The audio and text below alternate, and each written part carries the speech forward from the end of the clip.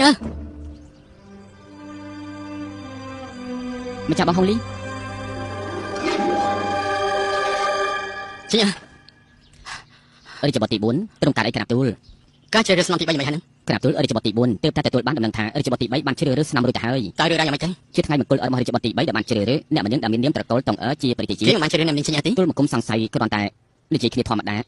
ព្រះរាជបុត្រទី3គឺជាព្រះអរោះរបស់ម្ចាស់ស្ត្រីអ្នកម្នាងធីងអឺគឺជាក្មួយរបស់ម្ចាស់ស្ត្រីនេះគឺជាខ្សែរាជវង្សសារវង្សស្អិតរមួតប្រៀបដូចជាខ្សែទឹកដ៏ធំហូរតាត់ធ្លុងតែមួយអញ្ចឹងប៉ុន្តែបែរជាអ្នកនាងធីងអឺមិនត្រូវបានជ្រើសរើសធ្វើជារាជជាតិអ្នកម្នាងមិនបានទទួលសូម្បីតែជាស្នំឯកម្ចាស់ស្ត្រីគឺខឹងសម្បាំណាស់មិនតែប៉ុណ្ណោះទេអ្នកនាងធីងអឺបាត់ប្រកាយទៀតផងឲ្យមនុស្សតាមរត់សក់កន្លែងបានយ៉ាងម៉េចទេការជ្រើសរើសព្រះរាជជាតិរបស់ព្រះរាជបុត្រទី3គឺមិនទាន់ចប់សពគ្រប់អ្នកម្នាងក៏បាត់ប្រកាយភីលៀងរកម្ចាស់ស្ត្រីនាំចេញទៅរកនាងពេញមួយថ្ងៃខ្ញុំប្រាប់យើងតាំងពីដំបូងព្រះរាជបុត្រទី4តែទ្រង់យើងកណាក្រាបទូលចេញទៅនាងនៅទីនេះ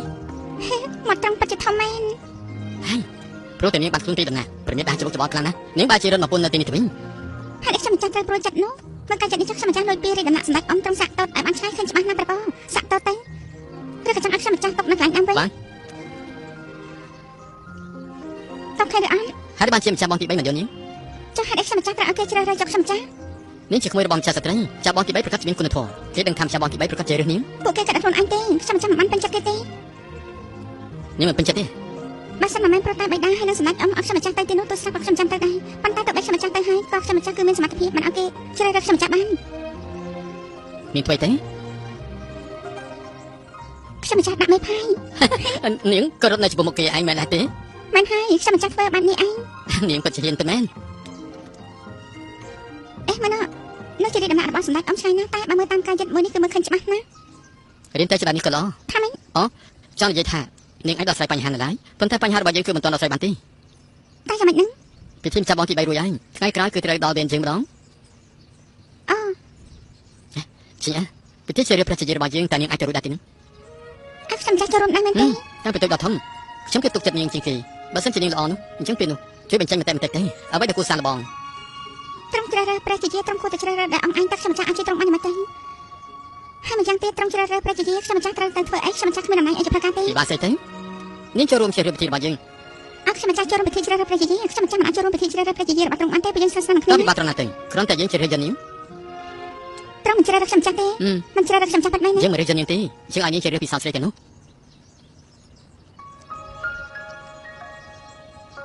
ទោះជាខ្ញុំម្ចាស់រីករាយជួយត្រង់ប៉ុន្តែមិនមែនចង់ធ្វើអ្វីក៏ធ្វើបាននោះទេរឿងទៅនោះកុំខ្វល់អីទោះបីជាយើងទៅសម្បល់ត្រង់ក៏យើងអាចនឹងបើមិនអញ្ចឹងនាងជួយធ្វើរឿងមួយទេមិនទៅមិនពេញចិត្តអេជាកាលនេះយើងរំចាំនាងត្រូវទៅម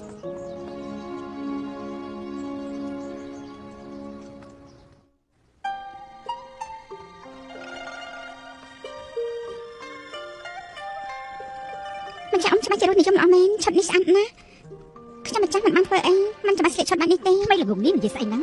យើងចាំអានស្លៀកឈុតនេះហើយចូលរួមជ្រើសរើសព្រះជាយាព្រះបត្រាទី4ម្ចាស់អង្គខ្ញុំម្ចាស់នឹងចាំបងហងលីដូចជាបងប្អូនបង្កើតខ្ញុំម្ចាស់ទៅចូលរួមជ្រើសរើសព្រះជាយារបស់គេបានយ៉ាងម៉េចទៅចម្លែកទេដែលហងសឺមិនពេញចិត្តនឹងឯងព្រោះឯងពូកែនិយាយខ្ញុំម្ចាស់និយាយការប៉ັດចាំបងហងលីប្រាប់ខ្ញុំម្ចាស់ជួយមើលគូសកលឲ្យត្រង់តែត្រង់មានបន្ទូលថានឹងមិនរើសខ្ញុំម្ចាស់ធ្វើព្រះជាយាទេម្យ៉ាងទៀតខ្ញុំម្ចាស់ត្រូវចាំបងទី3បរិស័ទរួចហើយខ្ញុំចាំទៅទេយើងឯងទៅឯងត្រូវទៅហងសឺពេលនេះកំពុងតែបាត់បង់នូវភាពសព្វតីឯងរៀបអភិសេកជាមួយហងសឺមិនល្អត្រង់ណាតកូលអូឡាណាឡាមិនមានមន្ត្រីអំណាចមានតែស្ត្រីនៅក្នុងព្រះរាជដំណាក់ខាងក្រោយឯងនឹងយើងត្រូវតែបន្តភាពរុងរឿងរបស់តកូលអូឡាណាតទៅទៀតមិនដូច្នេះទើបឯងប្រជុំមុខនឹងពាក់បរោះបានយ៉ាងម៉េចទៅទាំងអស់នេះត្រូវមានសវណ្ណជាមួយខ្ញុំម្ចាស់ច្រើនដងហើយយើងមានសវណ្ណច្រើនដងហើយប៉ុន្តែមិនចូលទៅជួយឯងខ្ញុំចាំបានហើយខ្ញុំម្ចាស់យកព្រមទទួលឈុតស្អាតទៅវិញខ្ញុំម្ចាស់ទូលាថ្វាយបង្គំលាអេព្រះនាងឆឹងអើព្រះនាងឆឹងអើអើយក្មេងម្នាក់នេះ